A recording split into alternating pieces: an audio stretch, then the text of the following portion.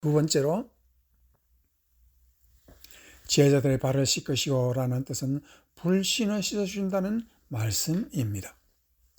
오늘 본문 말씀에서 6월절 전에 예수님께서 자기가 세상을 떠나 아버지께로 돌아가실 때가 이런 줄 아시고 세상에 있는 자가 사람들을 사랑하시되 세상에 있는 자기 사람들을 사랑하시되 끝까지 사랑하시니라.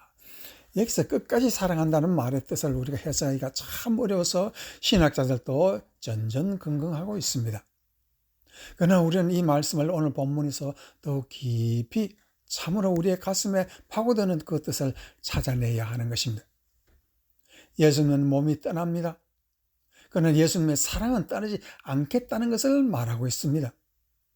주님은 자신의 몸에 함께 계시지 않기 때문에 그의 사랑은 더 간절히 자기를 따르는 제자들에게 임할 것이라는 것입니다. 실제 이 땅에 계실 때보다 더 강하게 절실하게 나타나는 것은 사실입니다.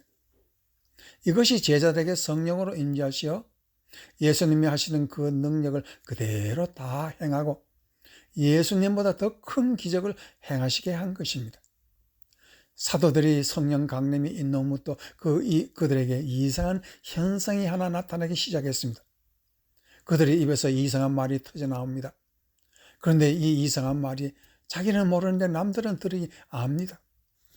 요한과 베드로가 성전에 들어가니 안진뱅이가 구걸합니다. 그때 베드로의 입에서 기막힌 말이 터져 나옵니다. 마치 오순절 베드로의 설교처럼 자기도 모르는 사이에 말이 터져 나오는 것입니다. 사도행전 3장 1절에서 8절 말씀을 봅니다. 제9시 기도 시간에 베드로와 요한이 성전에 올라갈새 나면서 못 걷게 된 이들 사람들의 메고니 이는 성전에 들어가는 사람에게 구걸하기 위하여 날마다 미무리는 성전 문에 두는 자라. 그가 베드로와 요한이 성전에 들어가려 함을 보고 구걸하거늘 베드로가 이르되 은과 금은 내게 없거니와 내게 있는 이것을 네게 주노니 나사렛 예수 그리스도의 이름으로 일어나 걸어라 하고 오른손을 잡아 일으키니 발과 발목이 곧 힘을 얻고 하나님을 찬송하니. 여기서 베드로와 요한은 자기 마음속에 들어있는 그리스도 예수의 임재를 몸으로 느끼고 있다는 것을 알 수가 있습니다. 그 임재를 예수 그리스도의 이름이라고 표현하고 있습니다. 이것이 끝없는 사랑으로 우리의 불신을 씻어주는 증거입니다. 믿는 성도는 이 이름을 받은 사람입니다. 즉 예수 수표를 우리가 사인해서 쓰라는 그런 뜻이 되는 것입니다. 그래서 사도행전 9장 32절에서 35절에 보면 또 그때 베드로가 사방으로 두루 다니다가 루다에 사는 성도들에게도 내려갔더니 거기서 에니아라는 사람을 만나매 그는 중풍병으로 침상 위에 누운지 8해라. 베드로가 이르되 에니아야 예수 그리스도께서 너를 낫게 하시니 일어나 네 자리를 정돈하라 한데 곧 일어나니. 이 말씀에서 우리에게 가르치는 것은 이 사건은 베드로가 이 일을 행하는 것이 아니라 예수님이 베드로의 입을 통하여 기적을 행하시는 것입니다. 사람이 변해도 이렇게 하루아침에 변할 수가 있겠습니까? 그 비결이 끝없는 예수님의 사랑 때문에 이러한 일이 일어난다는 것이 사도행전에 기록된 것입니다. 이 사람이 하는 일은 간단합니다. 사람의 근본은 불신이 우리의 마음을 두렵게 합니다. 그 두려움은 사람을 무기력하게 만들고 무리간 삶은 더 어려운 삶을 살게 만들고 있습니다.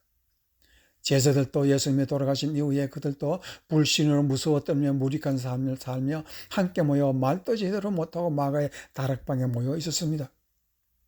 그러나 예수님은 그들에게 사랑을 약속했기 때문에 그 약속대로 성령을 내려주시니 삶이 시든듯이 순간에 변화한 것입니다. 이 변화를 두고 우리는 믿음이라고 말을 하고 있습니다. 그 믿음은 성령이 우리와 함께 하신다는 사실입니다. 성령은 보이지 않는 예수님의 사랑이기 때문입니다.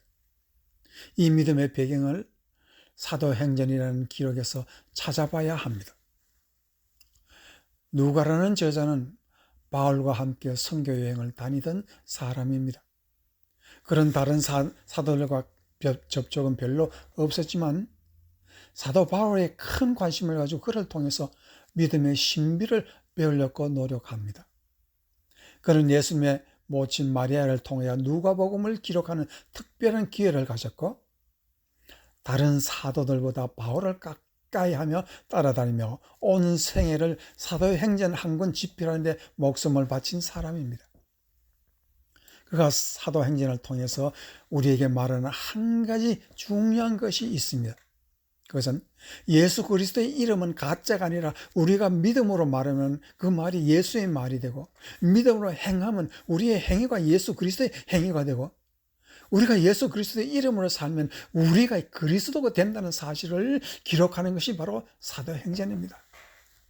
그래서 사도행전 4장 8절에서 10절 말씀에 이에 베드로가 성령이 충만하여 이르되 백성의 관리들과 장로들아 만일 병자들에게 행한 착한 일에 대하여 사람이 어떻게 구원을 받았느냐고 오늘 우리에게 질문을 한다면 너희와 모든 이스라엘 백성은 알라. 너희가 십자가에 못 박고 하나님이 죽은 자 가운데서 살리신 나사렛 예수 그리스도의 이름으로 이 사람이 건강하게 되어 너희 앞에 섰느니라 라고 담대하게 말하고 있습니다. 이제 우리는 성경을 구체적으로 알아야 합니다.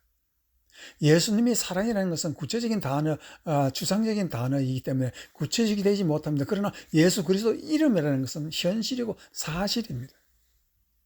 우리는 현실과 사실을 믿음으로 예수의 사랑이 끝없이 우리에게 임한다는 것을 알 수가 있습니다. 사도행전은 사도가 쓴 것도 아니고 유대인이 쓴 것도 아니고 성서에 박식한 서기관이 쓴 것도 더욱이 아닙니다. 누가는 그리스 사람입니다. 우리와 같은 이방인입니다. 그는 예수님이 12제자에 들어간 그런 사람도 아닙니다. 바울을 통해서 예수의 이름을 하나님의 이름으로 기록한 사람이며 그의 이름은 구원의 능력이며 그의 이름은 믿는 자들에게 천국이 현실로 이루기 위해서 하는 비밀임을 가르치고 있습니다. 그리고 바울의 걸어가는 길을 유심히 들여다보니 이 바울의 걸어가는 길이 사람의 길이 아니라 예수 그리스도의 길이라는 것을 알게 된 것입니다. 그래서 더욱 확신 있게 사람이 걸어가는데 그 길이 예수님이 걸어가는 길이라는 것을 증거하고 있습니다. 그리고 그리스도 예수가 사람으로 이 땅에 다시 태어난 것 같은 것을 기록한 것이 사도행전의 글입니다. 그래서 사도행전은 우리에게 아주 특별한 한 가지를 가르치고 있습니다. 믿음으로 우리가 말을 하면 예수님의 말이 되고 믿음으로 우리가 생각하면 그것이 예수님의 생각이 되고 믿음으로 살면 우리가 예수가 된다는 것을 뚜렷하게 가르쳐 주고 있는 것입니다. 그래서 사도행전 19장 10절에서 12절 두 해 동안 이같이 하니 아시아에 사는 유대인들이나 헬라인이나 다 주의 말씀을 듣더라. 하나님의 바울의 손으로 그랬습니다. 바울의 손으로 놀라운 능력을 행하게 하시니 심지어 사람들이 바울의 몸에서 수건이나 앞치마를 가져다가 병든 사람에게 얹으면 그 병이 떠나고 악기도 나가더라. 이 기록에서 우리가 무엇을 알 수 있는가 하면 바울이 에베소 성교에서 일어난 사건은 하나님이 바울의 손을 하나님의 손으로 만드셨다 그런 뜻입니다. 즉 예수 그리스도의 이름으로 그 이름을 하나 믿는 것으로 예수의 손이 바울의 손이 되고 예수의 말이 바울의 말이 되었다는 그런 뜻입니다. 미신과 신앙의 차이는 사실인가 아닌가에 있습니다. 예수님은 우리에게 십자가를 주시어 그의 삶이 현실이라는 것을 증거하시는 것입니다. 현대의 많은 자유신학자들은 성경은 신화라고 말하고 있습니다.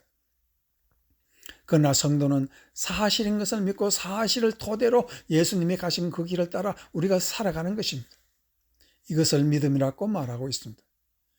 이 믿음의 길을 가는 모든 사람에게는 우리의 손이 그리스도인이 되게 해주실 줄 믿습니다.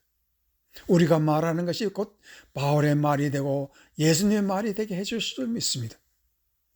이와 같은 큰 복을 받는 여러분이 되시기를 주의 이름으로 축원합니다.